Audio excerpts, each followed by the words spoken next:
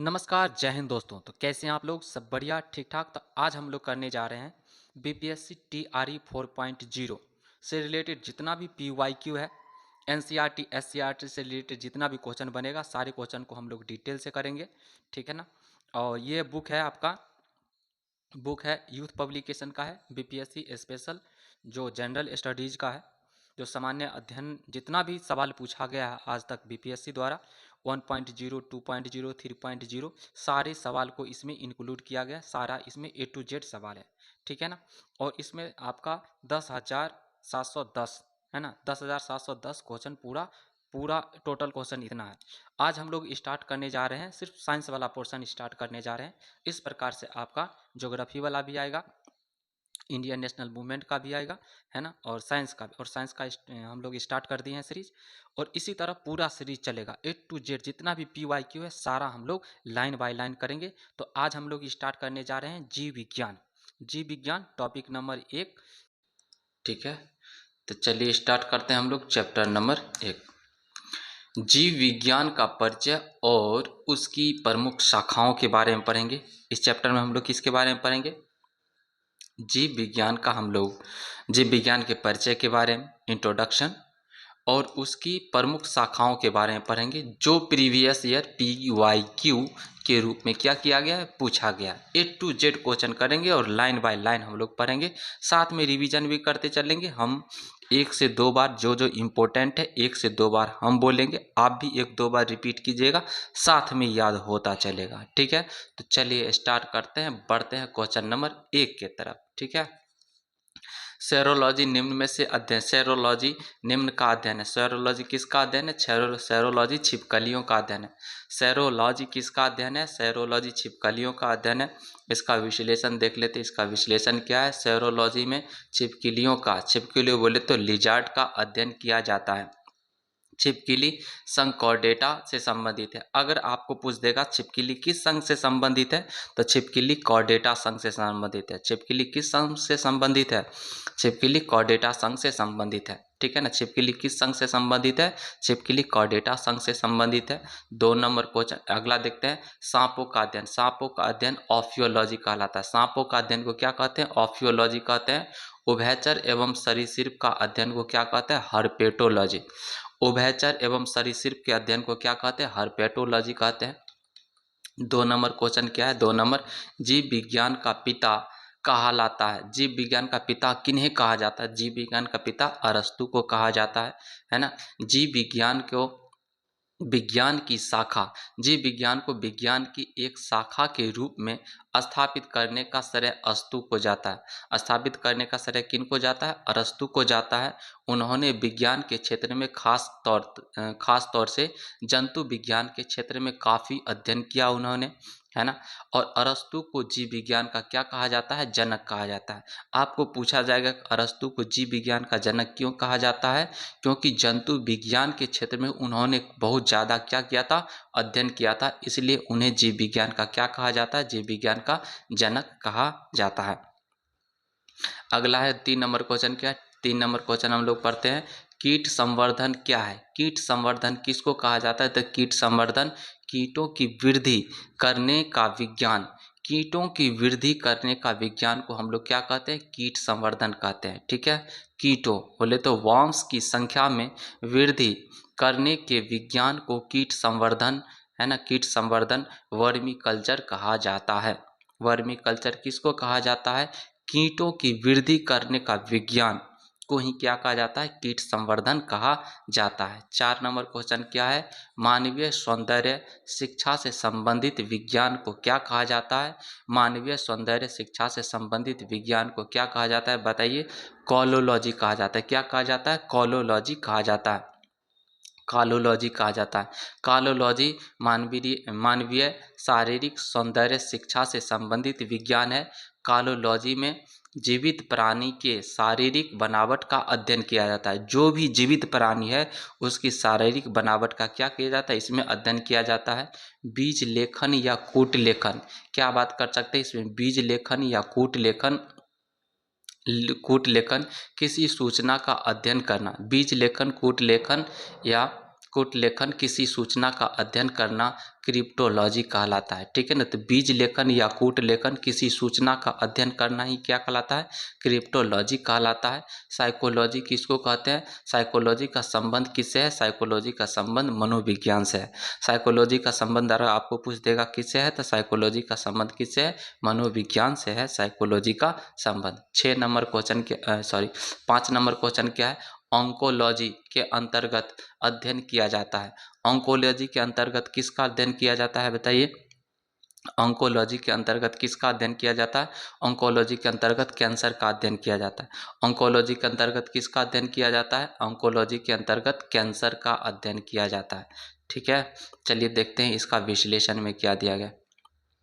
Oncology में किसका अध्ययन किया जाता है, तो कैंसर का अध्ययन को क्या बोलते हैं हम लोग, ऑन्कोलॉजी। कैंसर के अध्ययन को क्या कहते हैं हम लोग, ऑन्कोलॉजी बोलते हैं। पक्षी के अध्ययन को क्या कहते हैं, ऑर्निथोलॉजी कहते हैं। स्तनपायी के अध्ययन को क्या कहते हैं, मैमोलॉजी कहते हैं। मैमोलॉजी पक्षी, स्तनपायी के अध्ययन को क्या कहते हैं, मैमोलॉजी कहते हैं। मिट्टी के अध्ययन को क्या कहते हैं, पेडोलॉजी। मिट्टी के अध्ययन को पेडोलॉजी कहते हैं। और हड्डी के अध्ययन को ऑस्टियोलॉजी। हड्डी के अध्ययन को अगर बात किया जाएगा, हड्डी के अध्ययन को क्या कहा जाता है, हड्डी के अध्ययन को ऑस्टियोलॉजी कहते हैं। और झाड़ी के अध्ययन को डेंड्रोलॉजी। झाड़ी के अध्ययन को क्या कहा जाता है, डेंड्रोलॉजी कहते हैं। और रक्त के अध्ययन को हीमेटोलॉजी या रक्त विज्ञान कहा जाता है। तो ये जितना भी दिया गया है बॉक्स में याद होना चाहिए, बहुत ही इंपॉर्टेंट है, कहीं से भी क्वेश्चन पूछा जा सकता है। तो पक्षी का अध्ययन को क्या कहते हैं, ऑर्निथोलॉजी कहते हैं। कैंसर के अध्ययन को क्या कहते हैं, ऑन्कोलॉजी कहते हैं। स्तनपायी के अध्ययन को क्या कहते हैं, मैमोलॉजी कहते हैं। मिट्टी के अध्ययन को पेडोलॉजी कहते हैं। और हड्डी के अध्ययन को क्या कहते हैं, ऑस्टियोलॉजी कहते हैं। और झाड़ी के अध्ययन को क्या कहते हैं, डेंड्रोलॉजी कहते हैं। रक्त के अध्ययन को क्या कहते हैं, हीमेटोलॉजी या रक्त विज्ञान कहा जाता है। ठीक है, 6 नंबर क्वेश्चन। 6 नंबर क्वेश्चन क्या बोलते हैं, ऑर्निथोलॉजी के अंतर्गत अध्ययन किया जाता है। तो हम लोग पढ़े थे ऑर्निथोलॉजी के अंतर्गत किसका अध्ययन किया जाता है, पक्षी का अध्ययन किया जाता है। ऑर्निथोलॉजी के अंतर्गत किसका अध्ययन किया जाता है, पक्षी का अध्ययन किया जाता है। 7 नंबर क्वेश्चन है, हड्डियों की पढ़ाई विज्ञान की किस शाखा के अंतर्गत की जाती है। हड्डियों की पढ़ाई विज्ञान की किस शाखा के अंतर्गत की जाती है, तो ऑस्टियोलॉजी के अंतर्गत की जाती है। किस शाखा के अंतर्गत की जाती है, ऑस्टियोलॉजी के अंतर्गत की जाती है। अब चैप्टर नंबर आ गया 2, इसमें हम किसके बारे में पढ़ेंगे, कौन सा टॉपिक के बारे में पढ़ेंगे, कोशिका व कोशिका संरचना और विभाजन के बारे में क्या करेंगे इस टॉपिक में, इससे रिलेटेड सारा क्वेश्चन देखेंगे। तो चलिए क्वेश्चन की तरफ बढ़ते हैं। पादप पादप पादप उत्तक में पादप होगा, है ना, क्या होगा इसमें, पादप। पादप उत्तक में डैश की कोशिका भित्ति सुबेरिन द्वारा स्कंदित होती है, जो उन्हें गैस और जल के अणुओं के लिए अभेद बनाती है। तो क्या हो जाएगा, ये कॉर्क हो जाएगा, है ना। तो पादप जो पादप उत्तक होता है, पादप उत्तक में ये कॉर्क है, क्या हो जाएगा, ये कॉर्क की कोशिका भित्ति सुबेरिन द्वारा स्कंदित होती है, जो उन्हें गैस और जल के अणुओं के लिए क्या करती है, अभेद बनाती है। तो क्या हो जाएगा ऑप्शन इसमें, कॉर्क सही हो जाएगा, कॉर्क सही हो जाएगा। इसका चलिए विश्लेषण देख लेते हैं। कॉर्क बाह्य सुरक्षात्मक उत्तक होता है, यानी किसी भी पेड़ पौधा का जो बाहरी हिस्सा होता है ना, उसका जो छाल वाला हिस्सा होता है वो सुरक्षात्मक उत्तक होता है, जो पूर्ण विकसित जड़ों एवं तनों में एपिडर्मल कोशिकाओं को प्रतिस्थापित करता है ना, किसको प्रतिस्थापित करता है, एपिडर्मल कोशिकाओं को प्रतिस्थापित करता है। इसकी कोशिका भित्ति सुबरिन द्वारा स्कंदित होता है, जो उन्हें जल और गैस के अणुओं के लिए अभेद बनाती है। तो याद रखिएगा, वो कोशिका भित्ति किसके द्वारा स्कंदित होता है, वो सुबरिन द्वारा क्या होता है, स्कंदित होता है, उन्हें जल और गैस के अणुओं के लिए क्या बनाती है, अभेद बनाती है। ठीक है ना, याद रखिएगा। अगला देखते हैं हम लोग 9 नंबर क्वेश्चन की तरफ बढ़ते हैं। 9 नंबर क्वेश्चन, यदि एक जीवाणु कोशिका प्रत्येक 15 मिनट में विभक्त होती है, तब 2 घंटे में कितने जीवाणु निर्मित होंगे। तो देख लीजिए कि 15 मिनट में कितना होता है, एक बार विभक्त हो जाता है, यानी 15 मिनट में एगो से कितना हो जाएगा, दूगो हो जाएगा। 15 मिनट में क्या हो जाएगा, एगो से दूगो हो जाएगा। यानी हमें कितना बोला है, 2 घंटा बोला है। 2 घंटा में कितना मिनट हो जाएगा, 2 घंटा में हो जाएगा 120 मिनट। 120 मिनट को अगर 15 से आप डिवाइड कीजिएगा तो 8 बार में क्या करेगा, ये टूटेगा। यानी कुल मिला के ये एक जीवाणुविक 2 घंटा में कितना बार टूटेगा, 8 बार टूटेगा। तो एक बार टूटेगा तो दूगो बनेगा, फिर दूसरा 15 मिनट में टूटेगा तो दूगो से 4 गो हो जाएगा। तीसरा 15 मिनट में 4 गो से कितना हो जाएगा, 8 गो हो जाएगा। चौथा 15 मिनट में 8 गो से 16 हो जाएगा। पाँचवा 15 मिनट में कितना हो जाएगा, 16 से 32 हो जाएगा।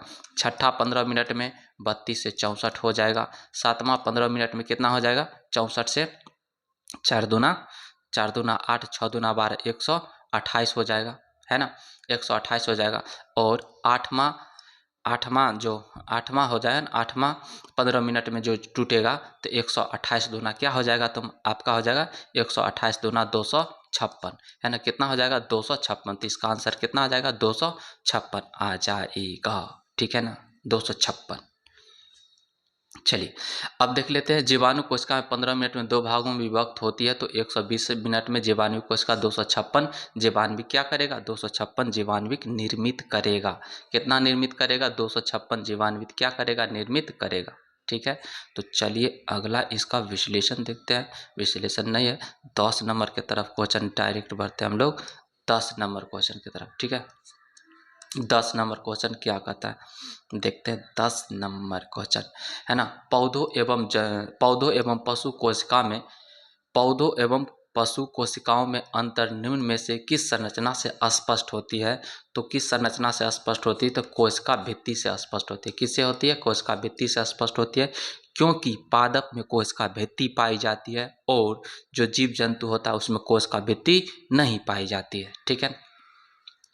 इसका विश्लेषण देखते हैं। पौधे, पादप एवं पशु बोले तो जंतु कोशिकाओं में अंतर मुख्यतः कोशिका भित्ति से ही स्पष्ट होती है। कोशिका भित्ति पादप कोशिका के चारों ओर एक मोटा और कड़ा आवरण होता है, ठीक है ना, वो छाल वाला आवरण होता है। यह भित्ति मुख्यतः सेलुलोज की बनी होती है, यह पारगम्य होती है। और सेलुलोज की बनी होती है और क्या होती है, पारगम्य होती है। आपको बोला जाएगा कि पादप जो बोले पेड़ पौधा का जो ऊपरी आवरण होता है, जो पेड़ पौधा, ये जो पेड़ पौधा का जो ऊपरी वाला जो ये छाल है, किस चीज़ का बना होता है, ये सेलुलोज का बना होता है ना। इसको कोशिका भित्ति कहते हैं। मनुष्य में नहीं होता, ठीक है, जीव जंतु में कोशिका भित्ति नहीं पाए। इसी से हम लोग क्या कर सकते हैं, भेद कर सकते हैं। 11 नंबर क्वेश्चन की तरफ चलिए बढ़िए। ब्रायोफाइट में बीजाणु मातृ कोशिका होती है। ब्रायोफाइट में बीजाणु मातृ कोशिका होती है, क्या होती है, द्विगुणित होती है। ब्रायोफाइट में बीजाणु मातृ कोशिका होती है, क्या होती है, द्विगुणित होती है। ब्रायोफाइट में बीजाणु मातृ कोशिका द्विगुणित होती है और बीजाणु क्या होता है, अगुणित होती है। ब्रायोफाइट में बीजाणु मातृ कोशिका क्या होते हैं, द्विगुणित होती है, और बीजाणु क्या होती है, जो मातृ कोशिका होती है ना, बीजाणु मातृ कोशिका द्विगुणित होती है और बीजाणु क्या होती है, अगुणित होती है। ब्रायोफाइट पौधे का एक समूह है। ब्रायोफाइट पौधे का क्या है, एक समूह है जिसमें संवहनी वाहिकाएं नहीं होती है। ब्रायोफाइट क्या है, पौधे का क्या है, एक समूह है जिसमें संवहनी वाहिकाएं नहीं होती है। ये वे पौधे हैं जो छायादार और नम क्षेत्रों में उगते हैं और आकार में छोटे होते हैं। ब्रायोफाइटा को कितने भागों में बांटा गया, 3 वर्गों में इसको बांटा गया है। हेपेटिकोप्सीडा याद रखिए, पहला क्या है, हेपेटिकोप्सीडा, इसको लेवर वाट्स भी कहते हैं, वाट्स भी कहते हैं इसको। दूसरा है एंथोसेरोटॉप्सीडा, इसको हॉर्न वाट्स कहते हैं। और तीसरा क्या है, ब्रायोप्सीडा। तो पहला क्या है आपका, ब्रायोफाइटा का 3 जो वर्ग है, कौन कौन है, 3 भागों में बांटा गया इसको। हेपेटिकोप्सीडा, पहला हेपेटिकोप्सीडा, इसको लेबर वाट्स भी बोलते हैं। दूसरा है एंथोसेरोटॉप्सीडा, है ना, इसको हॉर्नवाट बोलते हैं। और ब्रायोप्सीडा, इसको मॉसेस बोलते हैं। इसको क्या बोलते हैं हम लोग, मॉसेस बोलते हैं, इसको याद रखिएगा। 12 नंबर की तरफ क्वेश्चन की तरफ बढ़िए। ऊर्जा उत्पादन के लिए कोशिका प्रायः किसका उपयोग करती है? ऊर्जा उत्पादन के लिए कोशिका प्रायः किसका उपयोग करती है बताइए? ऊर्जा उत्पादन के लिए कोशिका किसका उपयोग करती है? ग्लूकोज की उपयोग करती है, C6H12O6, ठीक है ना। और ये किसी अनुपात में रहता है? 1:2:3 में रहता है। इसको तोड़िएगा तो 1:2:1 में टूटेगा। कितना में टूटेगा? 1:2:1 में। 6 कॉमन ले लेंगे, है ना, 6 कॉमन लेंगे तो 1 2 और कितना हो जाएगा? 1। कितना हो जाएगा? कितने में टूटेगा ये? इसका कितने में टूटेगा? 1:2:1 में टूटेगा, ठीक है ना, ये याद रखिएगा। तो ऊर्जा उत्पादन के लिए कोशिका प्रायः ग्लूकोज का उपयोग करती है, ठीक है ना। तो ऊर्जा उत्पादन के लिए कोशिका प्रायः किसका उपयोग करती है? कोशिका प्रायः ग्लूकोज का उपयोग करती है। ग्लूकोज कोशिका के लिए ऊर्जा का सबसे सूक्ष्म स्रोत है, ठीक है ना। ग्लूकोज कोशिका के लिए ऊर्जा का सबसे सूक्ष्म स्रोत है। ग्लूकोज का रासायनिक सूत्र क्या होता है? C6H12O6 होता है। यह जल में घुलनशील होता है। इसका स्वाद क्या होता है? मीठा होता है। इसका स्वाद कैसा होता है? मीठा होता है। 13 नंबर क्वेश्चन, ऑर्गेनेल को डैश द्वारा सेल होमोजेनेट से अलग किया जा सकता है? ऑर्गेनेल को डैश द्वारा सेल होमोजेनेट से अलग किया जा सकता है? किसके द्वारा अलग किया जा सकता है? तो डिफरेंशियल सेंट्रीफ्यूगेशन के द्वारा अलग किया जा सकता है। किसके द्वारा? डिफरेंशियल सेंट्रीफ्यूगेशन द्वारा अलग किया जा सकता है। डिफरेंशियल सेंट्रीफ्यूगेशन सूक्ष्म जैविक तथा साइटोलॉजी में एक सामान्य प्रक्रिया है जिसका उपयोग कोशिकाओं के विशिष्ट भागों के आगे के विश्लेषण के लिए पूरे सेल के कुछ ऑर्गेनेल को अलग करने के लिए किया जाता है, ठीक है ना। तो आपको पूछ देगा ऑर्गेनेल डैश द्वारा सेल होमोजेनेट से अलग किया जाता है, तो किसके द्वारा अलग किया जाता है? डिफरेंशियल सेंट्रीफ्यूगेशन द्वारा क्या किया जाता है? अलग किया जाता है। अगला क्वेश्चन है 14 नंबर क्वेश्चन, क्या है? प्रोटोप्लास्ट क्या है? प्रोटोप्लास्ट की बात करते हैं तो प्रोटोप्लास्ट है आपका पादप कोशिका भित्ति। पादप कोशिका भित्ति को क्या बोलते हैं हम लोग? प्रोटोप्लास्ट कहते हैं। चलिए इसका विश्लेषण देखते हैं। पादप कोशिका भित्ति के अंदर पादप कोशिका भित्ति के अंदर पाया जाने वाला रवेदार जालीनुमा अर्ध तरल पदार्थ जीव द्रव्य को प्रोटोप्लाज्म बोलते हैं। क्या बोलते हैं इसको? प्रोटोप्लाज्म कहते हैं। जीव द्रव्य को प्रोटोप्लाज्म कहलाता है। इसकी संरचना जल तथा कार्बनिक और अकार्बनिक ठोस पदार्थों से हुई है। इसकी संरचना किससे हुई है? इसकी संरचना किससे हुई? कार्बनिक व अकार्बनिक ठोस पदार्थ से इसकी क्या हुई है? संरचना हुई है। इसकी संरचना किससे हुई है? कार्बनिक और अकार्बनिक पदार्थों से इसकी क्या हुई? संरचना हुई है। अगला देखते हैं 15 नंबर क्वेश्चन, लाइसोसोम होता है। लाइसोसोम क्या होता है? लाइसोसोम होता है आपका, लाइसोसोम की बात करते हैं तो क्या होता है जी ये लाइसोसोम? तो ये होता है पाचन केंद्र होता है। लाइसोसोम क्या होता है? पाचन केंद्र होता है। इसको आत्महत्या की थैली भी कहते हैं। लाइसोसोम को क्या कहा जाता है? लाइसोसोम को आत्महत्या की थैली भी कहा जाता है। लाइसोसोम को क्या कहा जाता है? आत्महत्या की थैली भी कहा जाता है। चलिए इसका विश्लेषण देख लेते हैं क्या है। लाइसोसोम केंद्र, लाइसोसोम क्या है? लाइसोसोम पाचन केंद्र है का पाचन केंद्र होता है। यह कोशिका में प्रवेश करने वाले बाह्य पदार्थों तथा कणों का पाचन करता है। यह कोशिका के अंत पदार्थों तथा अंगों से टूटे फूटे भाग को पाचित कर कोशिका को साफ करता है। लाइसोसोम को आत्महत्या की थैली कहते हैं, ये बात याद रखिएगा। लाइसोसोम को क्या कहा जाता है? आत्महत्या की थैली भी कहा जाता है। इसकी खोज 1958 में क्रिश्चियन डी डवे ने किया था। कब किया था? 1958 में। कब किया था? 1958 में क्रिश्चियन डी डवे ने इसका खोज किया था। तो लाइसोसोम को क्या कहा जाता है? लाइसोसोम को आत्महत्या की थैली कहा जाता है। लाइसोसोम को क्या कहा जाता है? आत्महत्या की थैली कहा जाता है। अगला है 16 नंबर, निम्नलिखित में से डैश आम के पौधे और बंदर दोनों की कोशिकाओं में पाया जाता है। तो क्या पाया जाता है? आम के पौधे में पाया जाता है और बंदर के कोशिकाओं में भी पाया जाता है। क्या पाया जाता है? कोशिका झिल्ली पाया जाता है।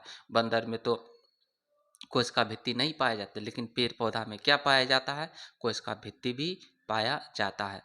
ठीक है, तो जीव जंतु में कोशिका झिल्ली ही पाया जाता, कोशिका भित्ति नहीं होता।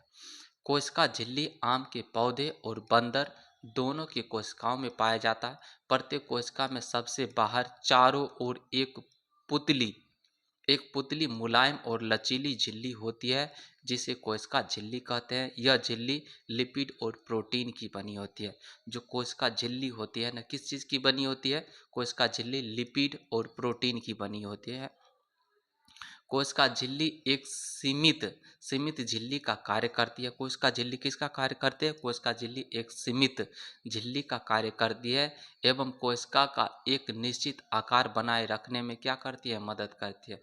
कोशिका की एक निश्चित आकार बनाए रखने में भी क्या करती है, ये मदद करती है।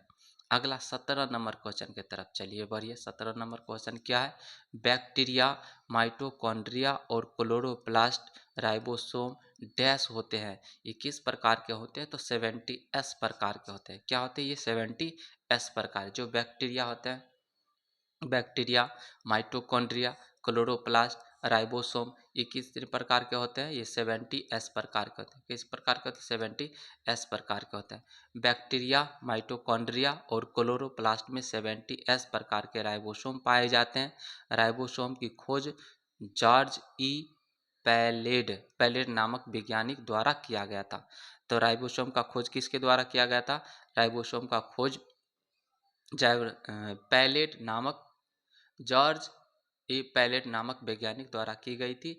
राइबोसोम प्रोटीन संश्लेषण की क्रिया में एमिनो एसिड से प्रोटीन का निर्माण करता है। ठीक है ना, तो राइबोसोम का क्या कार्य है, राइबोसोम प्रोटीन संश्लेषण की क्रिया में इम्यूनो एसिड से किसका निर्माण करता है, एमिनो एसिड से प्रोटीन का निर्माण करता है। किसका निर्माण करता है, एमिनो एसिड से प्रोटीन का निर्माण करता है। 18 नंबर क्वेश्चन, लसिका का गैर कोशिका लसिका का गैर कोशिकीय हिस्सा पानी के लगभग कितने भाग से बना होता है, कितने % भाग से क्या होता है, बना होता है, तो ये 94% भाग से क्या होता है, ये बना होता है। चलिए इसका वेद, लसिका के गैर कोशिकीय हिस्से में लगभग 94% पानी होता है। लसिका में श्वेत रक्त कणिकाएं पाई जाती है। आपको पूछा जाएगा लसिका के गैर कोशिकीय हिस्से में लगभग कितना पानी पाया जाता है, कितना % पानी पाया जाता है, तो आप बोलेंगे कि 94% पानी पाया जाता है, एकदम धक से, है ना। तो लसिका में श्वेत रक्त कणिकाएं पाई जाती है। लसिका में क्या पाई जाती है, तो लसिका में श्वेत रक्त कणिकाएं पाई जाती हैं। अगला 19 नंबर, कोशिका के किस भाग में ग्लाइकोलिसिस की क्रिया होती है, कोशिका के किस भाग में ग्लाइकोलिसिस की क्रिया होती है, तो कोशिका के किस भाग में ग्लाइकोलिसिस की क्रिया होती है, तो कोशिका द्रव्य में होती है ना। तो ग्लाइकोलिसिस की क्रिया कोशिका द्रव्य में संपन्न होती है। ग्लाइकोलिसिस की क्रिया कहाँ पर संपन्न होती है, कोशिका द्रव्य में संपन्न होती है। ग्लाइकोलिसिस कोशिकीय श्वसन की प्रथम अवस्था होती है। इसमें ग्लूकोज का आंशिक ऑक्सीकरण होता है। इसमें क्या होता है, इसमें ग्लूकोज का आंशिक ऑक्सीकरण होता है, जिसके परिणाम स्वरूप पाइरुविक अम्ल के 2 अणु बनते हैं और क्रेब्स चक्र माइटोकॉन्ड्रिया के मैट्रिक्स में संपन्न होता है। जो क्रेब्स चक्र होता है ना, क्रेब्स चक्र के माध्यम से ही क्या होता है, ये माइटोकॉन्ड्रिया में क्या होता है, ये संपन्न होता है। माइटोकॉन्ड्रिया के मैट्रिक्स में क्या होता है, संपन्न होता है, जिसमें ग्लूकोज का पूर्ण ऑक्सीकरण होता है। इसमें ग्लूकोज का क्या होता है, पूर्ण ऑक्सीकरण होता है। 20 नंबर क्वेश्चन की तरफ हम लोग बढ़ते हैं। 20 नंबर क्वेश्चन क्या है, अर्धसूत्री विभाजन में युग्मन सिनेप्सिस द्विसंयोजी गठन कब होता है, द्विसंयोजी गठन कब होता है, जाइगोटिन के दौरान। कब होता है, जाइगोटिन के दौरान। कब होता है, जाइगोटिन के दौरान होता है। चलिए इसका विश्लेषण देख लेते हैं। विश्लेषण, अर्धसूत्री विभाजन में युग्मन द्विसंयोजी गठन जाइगोटिन की प्रक्रिया के दौरान होता है। जाइगोटिन की अवस्था को इलेक्ट्रॉन सूक्ष्मलेखी यह दर्श के इलेक्ट्रॉन सूक्ष्मलेखी यह दर्शाता है कि गुणसूत्र सूत्र युग्मन के साथ एक जटिल संरचना का निर्माण होता है जिसे सिनेप्टोनीमल मिश्रण कहते हैं। अर्धसूत्री विभाजन के दौरान केंद्र व कोशिका विभाजन के दो अनुक्रमित चक्र क्या होता है, संपन्न होता है। ठीक है, तो आपको क्वेश्चन क्या पूछा जाएगा, क्वेश्चन पूछा जाएगा अर्धसूत्री विभाजन में युग्मन सिनेप्सिस कब होता है, तो कब होता है, तो ये अर्धसूत्री कब होता है, जाइगोटिन के समय होता है। कब होता है, जाइगोटिन के समय, जाइगोटिन प्रक्रिया द्वारा होता है। ठीक है, तो याद रखिएगा। 21 नंबर क्वेश्चन, 21 नंबर क्वेश्चन, मानव शरीर के किस अंग में उपकला कोशिका पाई जाती है। मानव शरीर के किस अंग में उपकला कोशिका पाई जाती है, तो उपकला कोशिका, तो ऑप्शन इसमें ई दिया गया। चलिए इसको देखते हैं, विश्लेषण देख लेते हैं। उपकला कोशिका की बात करते हैं तो गुर्दा, फेफड़ा, जिगर आदि में क्या पाया जाता है, ये उपकला गुर्दा, फेफड़ा, जिगर में पाया जाता है। ऑप्शन ई कैसे दे दिया। चलिए देखते हैं। प्राणियों के शरीर की बाहरी सतह और शरीर के अंदर स्थित विभिन्न अंगों के बाहरी तथा भीतरी सतह का निर्माण करने वाले ऊतक को उपकला ऊतक या उपकला कोशिका कहते हैं। वास्तव में उपकला कोशिका शरीर की एक विशिष्ट कोशिका होती है जो अंगों का आच्छादन करके उसकी क्या करती है, आच्छादन करके उसकी क्या करती है, रक्षा करती है। यह अंग जैसे गुर्दा, फेफड़ा, जिगर आदि में पाई जाती है। तो उपकला कोशिका कहाँ पर पाई जाती है, उपकला कोशिका कहाँ पर पाई जाती है, उपकला कोशिका कहाँ पर पाई जाती है, तो इसमें फेफड़ा में पाई जाती है, गुर्दा में पाई जाती है ना, फेफड़ा में पाई जाती है, गुर्दा में पाई जाती है और जिगर में पाई जाती है उपकला कोशिका। और ये क्या करती है, रक्षा करती है ना, ओके, आच्छादन करने से करके उसकी क्या करती है, रक्षा करती है। विशिष्ट जो कोशिका होती है ना, उसको ये रक्षा करने का काम करती है। अगला 22 नंबर क्वेश्चन की तरफ चलिए। बोलिए 22 नंबर क्वेश्चन क्या है, निम्नलिखित में से किसकी कोशिका में कोई एंजाइम नहीं होती है, किसकी कोशिका में कोई एंजाइम नहीं होती है, तो विषाणु के कोशिका में कोई एंजाइम नहीं होती है। ठीक है ना, इस पर एंटीबायोटिक काम नहीं करेगा, है ना। तो विषाणु की कोशिका में कोई एंजाइम नहीं होती है क्योंकि विषाणु की कोशिका संरचना में कोशिका भित्ति नहीं होती है, उसी संरचना में कोशिका भित्ति क्या होती है, नहीं होती है। एंजाइम उपापचयी प्रक्रियाओं को प्रभावित करती है, इसलिए इसलिए इन्हें उत्प्रेरक या जैव उत्प्रेरक कहा जाता है ना। बिहार लोक सेवा ने इसका ऑप्शन क्या दिया है, इसका ऑप्शन क्या दिया है, इसमें ई दिया है। ठीक है ना, लेकिन इसका ऑप्शन क्या हो जाएगा, बी हो जाएगा। देखिए विषाणु जब बाहर रहेगा ना, शरीर के बाहर रहेगा, है ना, तो वो निर्जीव रहता है। जब शरीर के बाहर रहेगा तो वो क्या रहेगा, निर्जीव रहेगा। लेकिन जो ही शरीर में एंट्री मारेगा तो वो क्या हो जाता है, सजीव हो जाता है ना।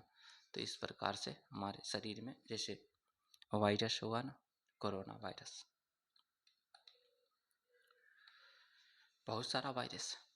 अगला है 23 नंबर है, शरीर के प्रत्येक कोशिका को ऑक्सीजन निम्न में से किसके माध्यम से पहुंचाई जाती है, किसके माध्यम से पहुंचाई जाती है, तो लाल रुधिर कणिका द्वारा पहुंचाई जाती है। शरीर के प्रत्येक कोशिका को ऑक्सीजन निम्न में से किसके माध्यम से पहुंचाई जाती है, तो लाल रुधिर कणिका द्वारा की पहुंचाई जाती है। किसके द्वारा पहुंचाई जाती है, लाल रुधिर कणिकाओं द्वारा पहुंचाई जाती है। शरीर के प्रत्येक कोशिका को ऑक्सीजन लाल रुधिर कणिकाओं के माध्यम से पहुंचाई जाती है। लाल रुधिर कणिका रीढ़धारी जंतुओं के श्वसन अंगों से ऑक्सीजन लेकर उसे शरीर के विभिन्न अंगों की कोशिकाओं तक पहुंचाने का सबसे सहज और व्यापक माध्यम है। ठीक है, 24 नंबर क्वेश्चन की तरफ चलिए बढ़ते। 24 नंबर क्वेश्चन क्या है, कोशिका की शक्ति स्रोत क्या है, कोशिका का शक्ति स्रोत होता है, कोशिका का शक्ति स्रोत क्या है, बताइए क्या होता है, कोशिका का शक्ति स्रोत क्या होता है, माइटोकॉन्ड्रिया। कोशिका का शक्ति स्रोत होता है माइटोकॉन्ड्रिया। कोशिका का शक्ति स्रोत क्या होता है? माइटोकॉन्ड्रिया होता है। देख लेते हैं इसका विश्लेषण। जीवाणु जीवाणु एवं नील हरी शैवाल को छोड़कर शेष सभी सजीव पादप एवं जंतु कोशिकाओं के कोशिका द्रव में अनियमित रूप से बिखरे हुए द्वीप एकक पर्दायुक्त कोशिकाओं, है ना, द्वीप एकक पर्दायुक्त कोशिकाओं ऑर्गेनेल ऑर्गेनेल को सूत्रकणिका या माइटोकॉन्ड्रिया कहते हैं। सूत्रकणिका या फिर क्या कहते हैं इसको? माइटोकॉन्ड्रिया कहते हैं। श्वसन की क्रिया प्रत्येक जीवित कोशिका के कोशिका द्रव्य श्वसन की क्रिया प्रत्येक जीवित कोशिका के कोशिका द्रव्य श्वसन की क्रिया प्रत्येक कोशिका के कोशिका द्रव्य साइटोप्लाज्म कोशिका द्रव्य साइटोप्लाज्म एवं माइटोकॉन्ड्रिया में क्या होती है? संपन्न होती है। श्वसन से संबंधित प्रारंभिक क्रियाएं साइटोप्लाज्म में होता है। श्वसन से संबंधित जो भी प्रारंभिक क्रिया होती है कहाँ पर संपन्न होती है? साइटोप्लाज्म में संपन्न होती है। साइटोप्लाज्म में क्या होती है? संपन्न होती है। श्वसन से संबंधित प्रारंभिक क्रिया साइटोप्लाज्म में होती है तथा शेष क्रियाएं माइटोकॉन्ड्रिया में क्या होती है? माइटोकॉन्ड्रिया में होती है। चूंकि क्रिया के अंतिम चरण में ही अधिकांश ऊर्जा उत्पन्न होती है जो एटीपी के रूप में क्या होती है? संचित होती है। लास्ट में जो भी ऊर्जा निकलती है ना, अधिकांश ऊर्जा किसके रूप में निकलती है? एटी के रूप में क्या होती है? संचित हो जाती है। अतः माइटोकॉन्ड्रिया को कोशिका का श्वसनांग अथवा ऊर्जा कहते हैं। श्वसनांग या फिर क्या कहते हैं? ऊर्जा घर कहते हैं। पावर हाउस कहा जाता है। ऊर्जा घर या क्या कहते हैं इसको? पावर हाउस कहा जाता है। चलिए अगला क्वेश्चन नंबर देखते हैं। इधर क्या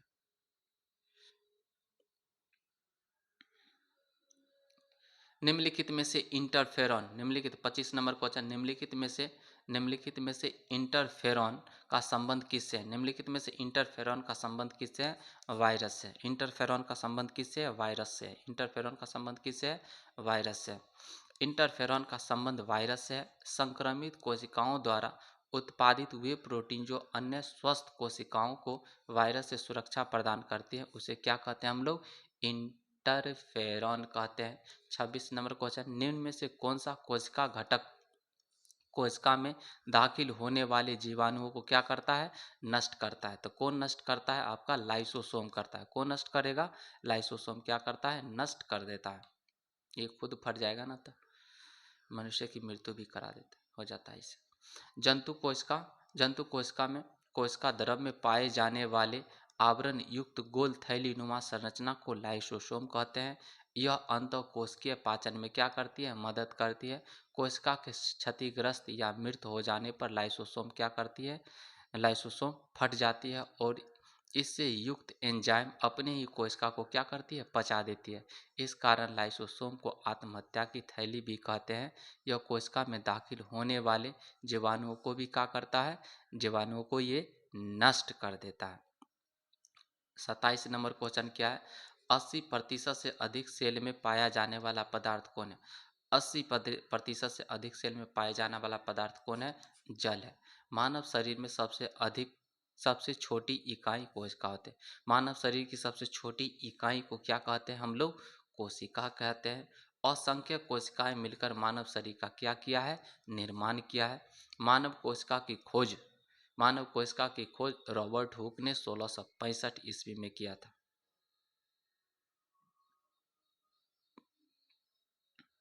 मानव कोशिका की खोज 1665 में थी। तो मृत कोशिका का खोज हुआ था 1665 में। मानव कोशिका की खोज रॉबर्ट हुक ने 1665 ईस्वी में किया था और उन्होंने कॉर्क में मृत कोशिका को देखा था। उन्होंने कॉर्क में क्या देखा था? मृत कोशिका को देखा था। जीव द्रव्य का 99% भाग निम्न 4 तत्वों से मिलकर बनता है। Oxygen 76%, carbon dioxide 10.5%, carbon dioxide की बात करते हैं 10.5%, हाइड्रोजन 10%, नाइट्रोजन कितना? 2.5%। जीव द्रव्य का लगभग 80% भाग जीव द्रव्य का लगभग कितना? 80% भाग क्या होता है? जल होता है। जीव द्रव्य का 80% भाग क्या होता है? जल ही होता है। जीव द्रव्य का 80% भाग क्या होता है? जल होता है। जीव द्रव्य का 80% भाग क्या होता है? जल होता है। अगला 28 नंबर क्वेश्चन, मानव शरीर में होता है, बताइए मानव शरीर में क्या होता है? पानी होता है। मानव शरीर में होता है पानी, कितना प्रतिशत होता है? 70% पानी होता है। मानव शरीर में लगभग 70% पानी होता है। हमारी हड्डियों को देखने में ठोस और कड़ी मालूम होती है, लेकिन 22% पानी होता है। उसमें कितना प्रतिशत पानी होता है? 22% पानी होता है। हमारे दांत में 10%, त्वचा में 20%, मस्तिष्क में 74.5%, मांसपेशियों में 75.6% और रक्त में 83% क्या होता है? जल उपस्थित होता है। रक्त में कितना जल उपस्थित होता है? 83% क्या होता है? जल उपस्थित होता है। 83% जल उपस्थित होता है। चलिए आगे बढ़ते हैं। 29 नंबर, आज हम लोग 50 क्वेश्चन करेंगे, ठीक है। 29 नंबर, त्वचा का रंग निम्न में से किसके द्वारा निर्धारित होता है? त्वचा का रंग निम्न में से किसके द्वारा निर्धारित होता है? मिलेनोसाइट के द्वारा। किसके साइट?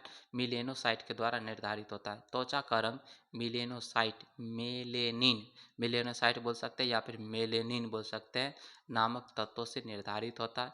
त्वचा में लाखों की तादाद में मिलेनोसाइट कणिकाएं रहती है, जो मिलेनिन पिगमेंट का निर्माण करती है।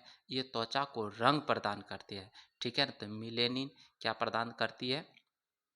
तो त्वचा को रंग प्रदान करती है। मिलेनिन शरीर को सूर्य की तेज किरणों से क्या करता है? बचाता है। कुछ मानव जातियों में यह अधिक होता है, जैसे निग्रो जो जाति होते हैं ना, उसमें मिलेनिन बहुत ज़्यादा मात्रा में क्या होता है? पाया जाता है, ठीक है। तो चलिए अगला क्वेश्चन क्या है आपका? अगला चैप्टर आ गया है ना, पोषक पदार्थ, चैप्टर नंबर 3। चैप्टर नंबर 3 में हम लोग किसके बारे में पढ़ेंगे? किस टॉपिक के बारे में पढ़ेंगे हम लोग? पोषक पदार्थ के बारे में हम लोग पढ़ेंगे। 30 नंबर क्वेश्चन क्या है? राइबोसोम निम्न में से किस क्रिया का स्थान है? राइबोसोम निम्न में से किस क्रिया का स्थान है? तो प्रोटीन संश्लेषण क्रिया का स्थान है। राइबोसोम क्या होता है? प्रोटीन संश्लेषण करने का कार्य करता है। राइबोसोम एक कोशिकांग है। राइबोसोम क्या है? एक कोशिकांग है जो प्रोटीन संश्लेषण का कार्य करता है। यह प्रोटीन और आरएनए की बनी होता है। आपको दूसरा सवाल ये भी पूछ सकता है कि जो राइबोसोम होता है, राइबोसोम क्या कार्य करता है? यह प्रोटीन संश्लेषण करने का कार्य करता है। और यह किस चीज़ का बना होता है? यह प्रोटीन और आरएनए की बनी होती है। किस चीज़ की बनी होती है? यह प्रोटीन और आरएनए की बनी होती है। राइबोसोम एक कोशिकांग है जो प्रोटीन संश्लेषण का कार्य करती है। यह प्रोटीन और आरएनए की बनी होती है। यह मैसेंजर आरएनए की कोशिका द्रव्य में प्रोटीन में अनुवाद करती है। कोशिका द्रव्य में प्रोटीन में क्या करती है? अनुवाद करती है और आनुवांशिक कोड को एमिनो अम्ल की एंड एक स्ट्रिंग एक स्ट्रिंग में बदलता है। एक स्ट्रिंग में क्या करता है? बदलता है। राइबोसोम में तीन बंधन चल होते हैं जिसमें ए साइट, पी साइट और ई साइट होता है। इसमें कितना साइट होता है? ए साइट, पी साइट और ई साइट होता है। 31 नंबर क्वेश्चन की तरफ चलिए बढ़िए। शरीर के अंदर भोजन को ब्रेक डाउन करने वाले उत्प्रेरक को क्या कहते हैं? उत्प्रेरक को क्या कहा जाता है? उत्प्रेरक को डाइजेस्टिव एंजाइम कहा जाता है। उत्प्रेरक क्या कहा जाता है? उत्प्रेरक को डाइजेस्टिव एंजाइम कहा जाता है। उत्प्रेरक क्या बोलेंगे? उत्प्रेरक को डाइजेस्टिव एंजाइम बोलते हैं। शरीर के अंदर भोजन को ब्रेक डाउन तोड़ने वाले उत्प्रेरक को डाइजेस्टिव एंजाइम, पाचन एंजाइम कहते हैं। पाचन एंजाइम खाए गए भोजन को तोड़ने में महत्वपूर्ण भूमिका निभाती है। ये प्रोटीन रासायनिक प्रतिक्रियाओं को तेज करती है, जो पोषक तत्वों को ऐसे पदार्थों में बदल देती है जिन्हें आपका पाचन तंत्र अवशोषित कर सकता है। कुछ मुख्य पाचक एंजाइम है amylase, protease, lipase. Amylase, protease, lipase ये सब क्या है? एंजाइम है जो पाचन में क्या करती है? मदद करती है। अगला 32 नंबर क्वेश्चन क्या है? विटामिन बी 12 का रासायनिक नाम क्या है? विटामिन बी 12 का रासायनिक नाम कोबालामिन है। विटामिन एक प्रकार की महत्वपूर्ण कार्बनिक यौगिक होता है जो उपापचय होगा, इधर है ना, चयाप चय लिख दिया। जो उपापचय कार्य तथा उनसे संबंधित संबंधित कमी से होने वाली बीमारियों को क्या करती है, रोकती है। विटामिन कुल 13 प्रकार की होती है, जिन्हें 2 भागों में बांटा गया है। जल में घुलनशील, है ना, जल में घुलनशील BC, है ना, जल में घुलनशील विटामिन बी और विटामिन सी। याद रखिएगा WBC, ऐसे याद रखिए WBC, डब्ल्यू मतलब वाटर, वाटर में कौन घुला है, बी और सी, विटामिन बी। WBC याद रखिए, ठीक है ना। WBC से याद रखने में क्या आसानी होगा, W से वाटर, और वाटर किस में, वाटर में घुलनशील कौन है, विटामिन, विटामिन बी और विटामिन सी। अब बाद वहाँ किस में घुलनशील होगा, बाद में बाकी जितना छोड़ दीजिए वो सब किस में घुलनशील होगा, आपका वसा में घुलनशील होगा, है कि नहीं। तो वसा में घुलनशील विटामिन कौन है, ए है, डी है, ई है और के है, के, है ना, ADEK, ADEK। ये किस में घुलनशील होता है, ये किस में घुलनशील होता है, ये वसा में घुलनशील होता है। किस में घुलनशील होगा, वसा में घुलनशील होगा। कुछ महत्वपूर्ण विटामिन तथा उनके रासायनिक नाम है। विटामिन ए का रासायनिक नाम रेटिनॉल है। विटामिन B1 का रासायनिक नाम थायमिन है। विटामिन B2 का रासायनिक नाम राइबोफ्लेविन है, राइबोफ्लेविन है। विटामिन B6 का रासायनिक नाम पायरिडॉक्सिन है। विटामिन B12 का रासायनिक नाम साइनोकोबालामिन है, कोबालामिन है। विटामिन सी का रासायनिक नाम एस्कॉर्बिक अम्ल है। विटामिन सी का रासायनिक नाम एस्कॉर्बिक अम्ल है। विटामिन डी का रासायनिक नाम एग्रोकैल्सिफेरॉल है, एग्रोकैल्सिफेरॉल है। विटामिन ई का रासायनिक नाम टोकोफेरॉल है। विटामिन के का रासायनिक नाम फाइलोक्यूनॉन है, फाइलोक्यूनॉन है। तो देखिए फिर से एक बार और, रेटिनॉल, रेटिनॉल, विटामिन ए का नाम क्या है, रेटिनॉल। विटामिन B1 का नाम थाइमीन। विटामिन B2 का नाम राइबोफ्लेविन। विटामिन B6 का रासायनिक नाम पायरिडॉक्सिन। विटामिन B12 का रासायनिक नाम कोबालामीन। विटामिन सी का रासायनिक नाम एस्कॉर्बिक अम्ल। विटामिन डी का रासायनिक नाम एग्रोकैल्सिफेरॉल। विटामिन ई का रासायनिक नाम टेकोफेरॉल। विटामिन के का रासायनिक नाम फाइलोक्यूनॉन, ठीक है ना। विटामिन के का रासायनिक नाम फाइलोक्यूनॉन, है ना। अगला चलते हम लोग 33 नंबर क्वेश्चन।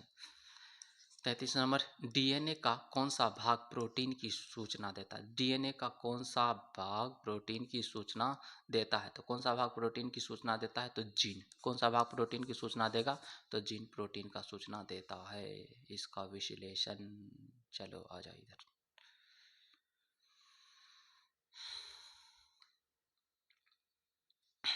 देखिए, डीएनए का वह भाग जो प्रोटीन के लिए जानकारी प्रदान करता है वह जीन है। डीएनए का वह भाग जो प्रोटीन के लिए जानकारी प्रदान करता है वह क्या है, जीन है। जीन प्रत्येक मानव कोशिका के अंदर पाए जाते हैं, जिन्हें केवल शक्तिशाली माइक्रोस्कोप से देखा जा सकता है। प्रत्येक व्यक्ति में लगभग 20,000, कितना जीन होता है, 20,000 जीन होता है। जीन को विभिन्न लक्ष्यों के लिए कोड किया जाता है। जीन को क्या किया जाता है, विभिन्न लक्षणों के लिए कोड किया जाता है।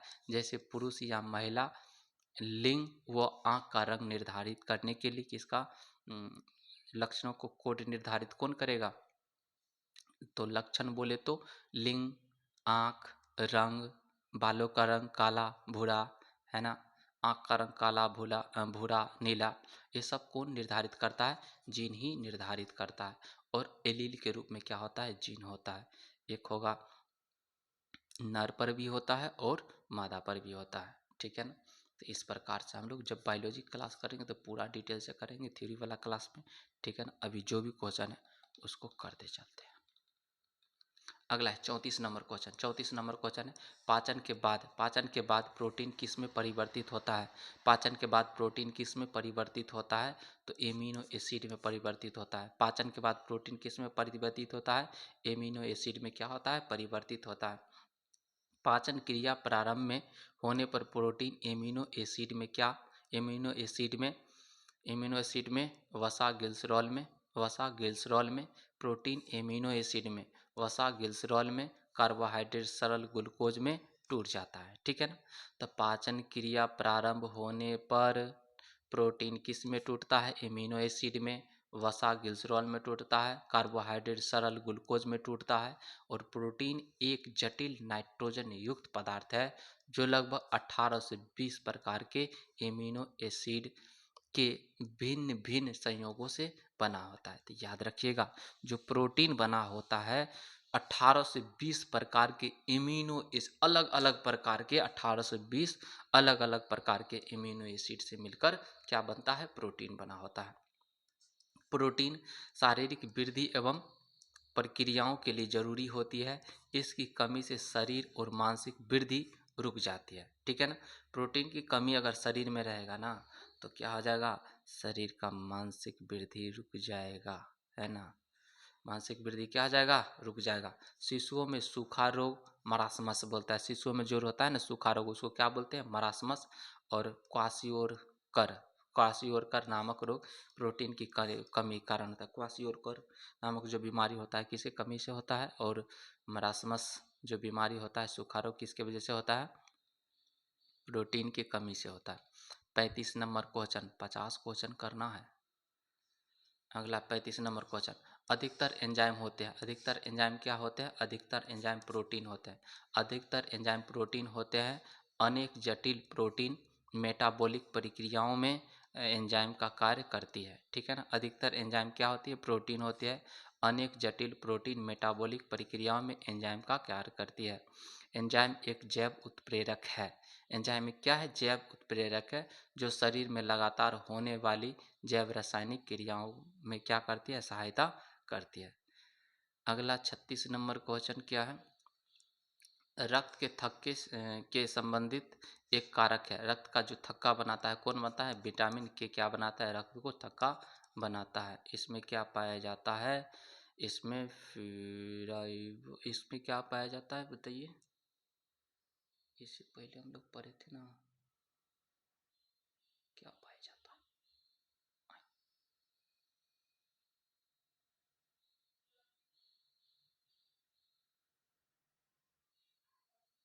फाइलोक्यूनॉन।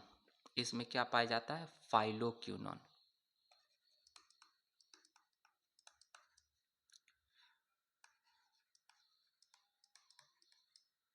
इसमें क्या पाया जाता है, फाइलोक्यूनॉन पाया जाता है। और विटामिन ई में क्या पाया जाता है, विटामिन ई में टेकोफेरल टेकोफेरल होता है। विटामिन सी में क्या होता है आपका, एस्कॉर्बिक अम्ल होता है। विटामिन ए में क्या होता है आपका, रेटिनॉल। तो ये पूछा गया है थक्का बनाने वाला।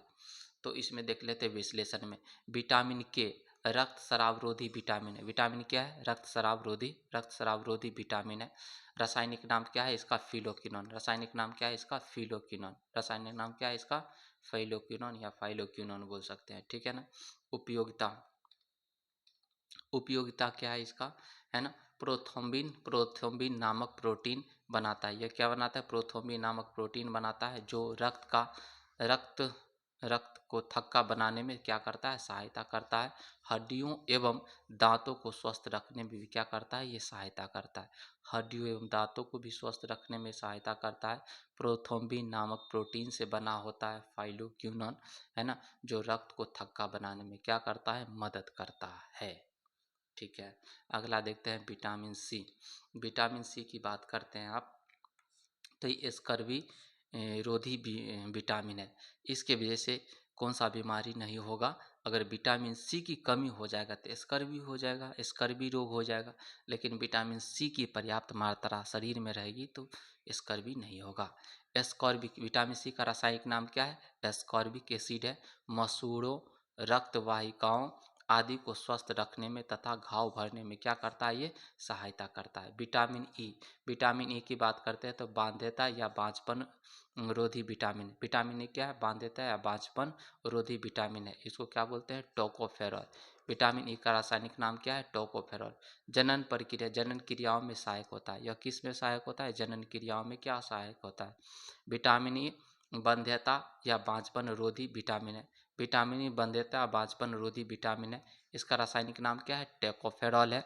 जनन क्रियाओं में क्या करता है, यह सहायता करता है ना। जिसके शरीर में विटामिन ए की कमी हो जाएगा तो वो बच्चा पैदा नहीं कर सकता है ना, जनन क्रिया में सहायता नहीं कर सकता है ना।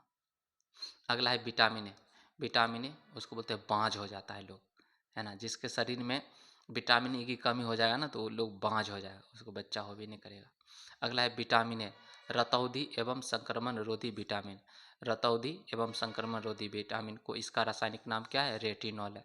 आँखों, दांतों एवं त्वचा की एपिथेलियम कोशिकाओं को स्वस्थ रखता है और संक्रमण निरोधक एवं वृद्धि में क्या करता है? सहायक करता है। संक्रमण निरोधक और वृद्धि में क्या करता है? सहायता करता है।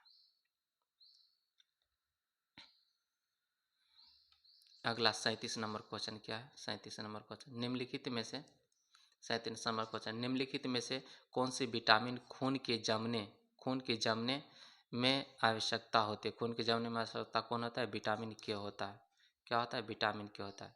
विटामिन जो रक्त के थक्का बनाने में प्रभावी होता है, क्या होता है? विटामिन के होता है। हम लोग तो पढ़ चुके हैं इसको कई बार, ठीक है ना। अगला है 39 नंबर क्वेश्चन क्या है? जैविक सिस्टम, लिविंग सिस्टम में रासायनिक क्रिया की प्रक्रिया को तेज कैटालाइज कैटालाइज करने में उत्तरदायी पदार्थ कौन होता है? तो एंजाइम क्या होता है? उत्तरदायी पदार्थ होता है। जैविक प्रक्रिया में रासायनिक क्रिया की प्रक्रिया को तेज करने के लिए एंजाइम पदार्थ जिम्मेदार होता है। एंजाइम पदार्थ क्या होता है? जिम्मेदार होता है। कार्बनिक पदार्थों जैसे प्रोटीन, कार्बोहाइड्रेट, वसा को सरल अम्ल में परिवर्तित करने की क्रिया एंजाइम द्वारा ही संपन्न होता है। इस प्रक्रिया में जल का अपघटन होता है। एंजाइम मूलतः प्रोटीन होता है। आपको पूछेगा एंजाइम क्या होता है? मूलतः प्रोटीन होता है। कार्बनिक पदार्थ जैसे प्रोटीन, कार्बोहाइड्रेट तथा वसा को सरल अम्ल में परिवर्तित करने का काम कौन करता है? एंजाइम करता है, ठीक है ना। तो एंजाइम क्या करता है काम? कार्बनिक पदार्थ जैसे प्रोटीन, कार्बोहाइड्रेट और वसा को सरल अम्ल में परिवर्तित करने का काम करता है और जल का अपघटन करता है ना। और जल का अपघटन भी करता है ये एंजाइम। और एंजाइम किसका बना होता है? एंजाइम प्रोटीन का बनाता है। एंजाइम किसका बनाता है? एंजाइम प्रोटीन का बनाता है। 40 नंबर क्वेश्चन, किस वनस्पति खाद्य में अधिकतम प्रोटीन होता है? तो सोयाबीन में क्या होता है? बहुत ज़्यादा होता है प्रोटीन। सोयाबीन दलहनी और तिलहनी दोनों प्रकार की फसल में सबसे ज़्यादा किसमें? सोयाबीन में 40 से 45% प्रोटीन तथा 20 से 22% तक तेल पाया जाता है। सोयाबीन की खली में 50% तक प्रोटीन पाया जाता है, जो कि उच्च कोटि का पशु आहार होता है। सोयाबीन से निर्मित होने वाला दूध गाय के दूध के भांति क्या होता है? ये पौष्टिक होता है। 41 नंबर क्वेश्चन क्या है? 41 नंबर क्वेश्चन, फलियां अत्यधिक पौष्टिक होती है क्योंकि उसमें प्रचुर मात्रा में होता है। क्या होता है? प्रचुर मात्रा में प्रोटीन उसमें पाया जाता है। प्रोटीन पाया जाता है। फलियां जो दाल के तौर पर भी जानी जाती है। फलियां जो दाल के तौर पर भी जानी जाती है। दालें जब हरी होती है तब उसका उपयोग होता है। दालें जब हरी होती तब उसका उपयोग होता है, तब उन्हें फलियां कहते हैं। फलियों को सुपर फूड कहते हैं। फलियों को क्या कहते हैं? सुपर फूड कहते हैं। फलियों में प्रोटीन, आयरन, विटामिन और घुलनशील फाइबर इत्यादि पाया जाता है। फलियों में प्रोटीन के साथ साथ हेल्दी फैट वसा भी क्या होता है? उसमें वसा भी पाया जाता है। 42 नंबर क्वेश्चन है, शाकाहारी भोजन में निम्न में से कौन सा शर्करा विपुल मात्रा में पाई जाती है? तो सेल्यूलोज पाई जाती है। शाकाहारी भोजन में निम्न में से कौन सी शर्करा विपुल बोले ज़्यादा मात्रा में पाई जाती है? क्या पाई जाती है? सेल्यूलोज पाई जाती है। क्या पाई जाती है? सेल्यूलोज। शाकाहारी भोजन में सेल्यूलोज शर्करा विपुल मात्रा में पाई जाती है। यह एक बहुशर्करा पॉलीसेकेराइड है जिसमें एक ही प्रकार के अणु लगातार जुड़ने से 1000 अणुओं वाला पॉलीमर बन जाता है। 1000 अणुओं वाला पॉलीमर बन जाता है। बहुत सारे हरे पौधों की कोशिका भित्ति सेलुलोज की बनी होती है और जीव जगत में इसका बहुत महत्व है। कपास के रेशों में 90% हिस्सा सेलुलोज का बना होता है। जो कपास होता है ना, उसके 90% हिस्सा किसका बना होता है? वो सेलुलोज का ही बना होता है।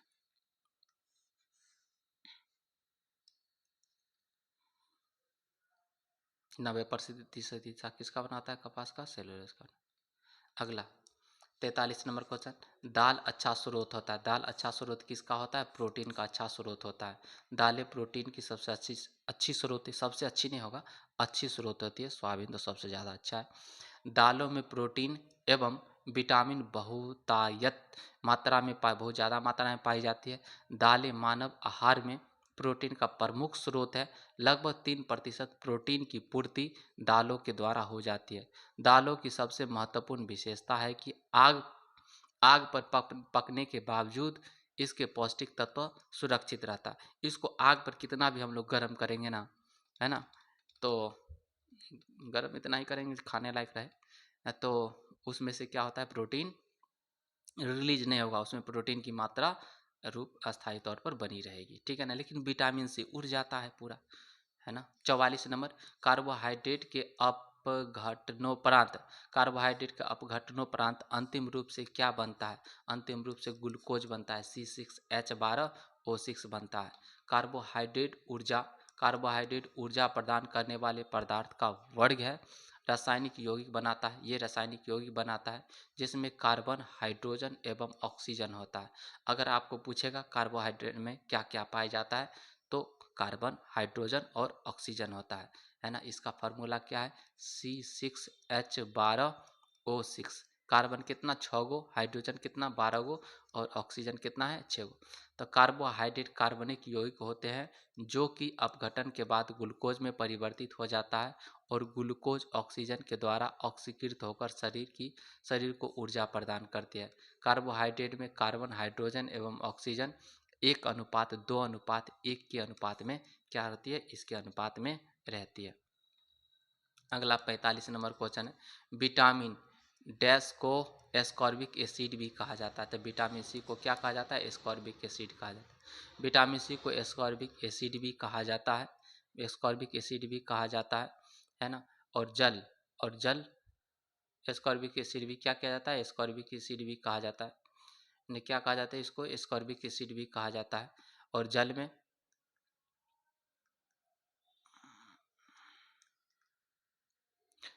विटल जल में विलय विटामिन है। और क्या है, जल में विलय विटामिन है। तो जल में विलय क्या है, तो बी सी जल में विलय। अगला, तो मानव शरीर में इस विटामिन की कमी होने से स्कर्वी नामक रोग हो जाता है। और खट्टे रसदार फल, नींबू, संतरा, मौसम्मी आदि, चीकू, आंवला, टमाटर, पत्तेदार सब्जी, अंकुरित अनाज आदि में क्या पाया जाता है, प्रमुख रूप से प्रमुख स्रोत है किसका, विटामिन सी का प्रमुख स्रोत है। अगला 46 नंबर 46 नंबर क्वेश्चन क्या है, विटामिन जो खट्टे फलों, साइट्रस फ्रूट बोले तो खट्टे फलों, साइट्रस फ्रूट में पाया जाता है, और चर्म को स्वस्थ रखने में क्या करता है, जरूरी होता है, रखने में जरूरी होता है, क्या जरूरी होता है, विटामिन सी, है ना। इसको खट्टे फल में पाया जाता है विटामिन सी। अगला है, विटामिन सी का रासायनिक नाम क्या है, विटामिन सी का रासायनिक नाम बताइए, ये स्कॉर्बिक अम्ल है। विटामिन सी का रासायनिक नाम क्या है, एस्कॉर्बिक अम्ल। विटामिन सी का रासायनिक नाम क्या है, स्कर्बिकम। विटामिन सी की कमी से कौन सा रोग होता है, विटामिन सी की कमी से स्कर्वी रोग होता है। विटामिन सी की कमी से कौन सा रोग होता है, स्कर्वी रोग होता है। गेहूं, चावल और शहद, इसका तीनों में कौन सा स्रोत है, कार्बोहाइड्रेट पाया जाता है। गेहूं, चावल और शहद किसके स्रोत है, गेहूं, चावल और शहद किसके स्रोत है, कार्बोहाइड्रेट के स्रोत है, कार्बोहाइड्रेट के स्रोत है। आज हम लोग 50 ही क्वेश्चन कर पाएंगे, बहुत लंबा वीडियो हो जाएगा। नेक्स्ट वीडियो में आ जाएगा फिर अलग 50 से आगे नेक्स्ट वीडियो में। अगला है, गेहूं, चावल, शहद कार्बोहाइड्रेट के स्रोत हैं। ये रासायनिक यौगिक होते हैं जिसमें कार्बन, हाइड्रोजन और ऑक्सीजन होते हैं, और पचने के पश्चात ग्लूकोज में परिवर्तित हो जाता है। ग्लूकोज ग्लूकोज ऑक्सीजन द्वारा ऑक्सीकृत होकर शरीर को क्या करता है, ऊर्जा प्रदान करता है। तो ऑक्सीजन के द्वारा ग्लूकोज ऑक्सीजन के द्वारा ऑक्सीकृत होकर क्या करता है, शरीर को ऊर्जा प्रदान करता है। तो कार्बोहाइड्रेट का फॉर्मूला क्या है, C6H12O6, ठीक है ना। तो आज हम लोग यहीं तक रखते हैं वीडियो, ठीक है ना। और जो नेक्स्ट वीडियो होगा तो इसके आगे हम लोग 50 से स्टार्ट करेंगे, है ना। 50 तक कर ले, 50 से स्टार्ट करेंगे हम लोग, ठीक है। विटामिन ए का सबसे अच्छा स्रोत क्या होता है, विटामिन ए का सबसे अच्छा स्रोत गाजर होता है, ठीक है। तो अगला जो एपिसोड होगा हम लोग यहीं से स्टार्ट करें जहाँ से अभी आज ख़त्म हुआ है। तो आप लोगों को कैसा लगा वीडियो, है ना। इसी प्रकार से एकदम पूरा कंप्लीट आएगा, इसमें एपिसोड आएगा A to Z। हम सारा क्वेश्चन जितना पूछा गया है ना, PYQ, BPSC TRE 1.0, 2.0, 3.0, जो एक कैंसिल हुआ है एग्ज़ाम, सारे क्वेश्चन इसमें इंक्लूड है, आप देख रहे होंगे, है ना। और BPSC जो भी एग्ज़ाम पूछा है ना, वो भी सारा क्वेश्चन है, ठीक है।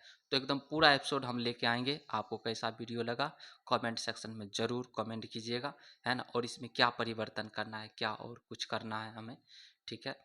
और कुछ थ्योरेटिकल वीडियो भी आएगा बाद में, है ना। तो कौन कौन सा वीडियो लाएं, तो उस पर भी आप कमेंट कीजिएगा। तब तक के लिए bye, take care, love you all. मस्त रहिए, एकदम स्वस्थ रहिए, खूब मन लगा के पढ़िए, ठीक है ना। और जितना भी क्वेश्चन है सबको रिपीट कर करके 1-2 बार पढ़िए, एकदम बिल्कुल याद होगा, 100% याद होगा, ठीक है ना। और आप एग्ज़ाम में करके भी आएंगे, ठीक है। नमस्कार, जय हिंद दोस्तों।